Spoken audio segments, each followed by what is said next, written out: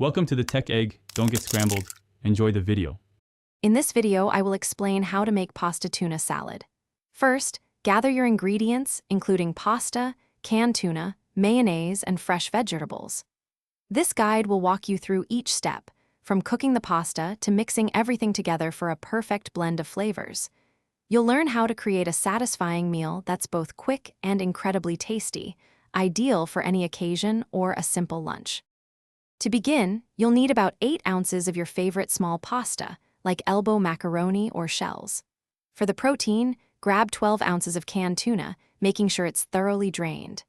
The creamy base comes from 1/2 cup of mayonnaise. For a delightful crunch and flavor, chop 1/4 cup of crisp celery and 1/4 cup of finely diced red onion. These simple components form the heart of our delicious salad.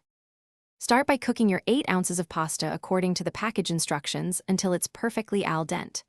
Once cooked, drain the pasta and rinse it under cold water to stop the cooking process and cool it down. In a large mixing bowl, combine the cooled pasta, the 12 ounces of drained tuna, and your chopped celery and red onion.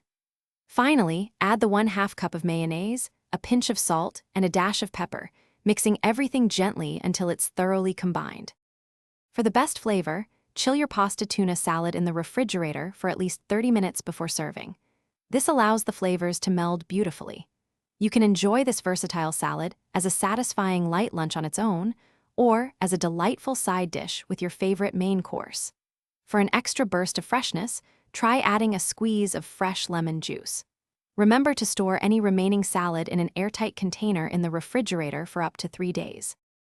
Thanks for watching. Consider subscribing if I helped unscramble your problems.